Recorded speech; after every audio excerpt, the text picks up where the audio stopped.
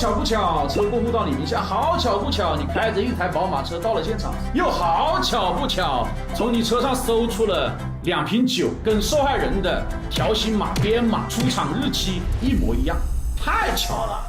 你家在普寧市，可以收到我長沙的酒，而且可以收到我這個被偷的受害人的酒，好巧哦！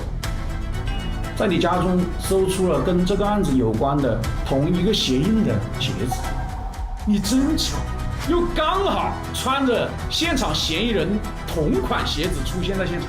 這是一個好巧不巧，你家裡又有這雙鞋。我找2雙皮鞋。你们过来這個地方住着的時候就有拿着護照的嗎？就是他一個人住裡面呀。你平常看他穿過這個鞋子沒有？穿過。你又知不知道，你囂張地點的那個老闆也在積極配合我們的工作？他是什麼時候找的你的？他一共找過我4次，第一次是12月12號中午12點鐘，飛天茅台是12瓶的，19356瓶的22400。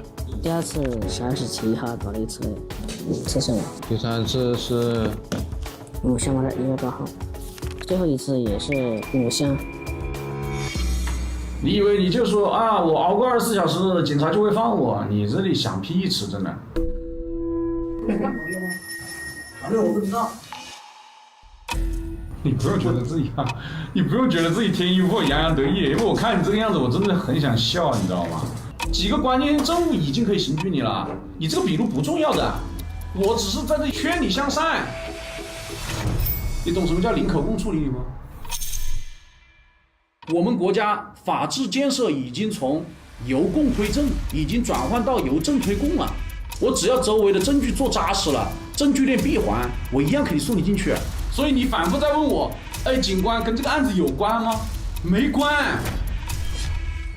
我現在講這麼多，唯一想證明的事情是什麼？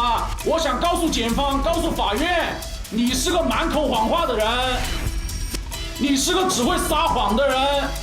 我只想證明這一點。因為在有確鑿證據的情況下，你還在這裡跟警察撒謊，還在撒得起飛勁，你是不是傻？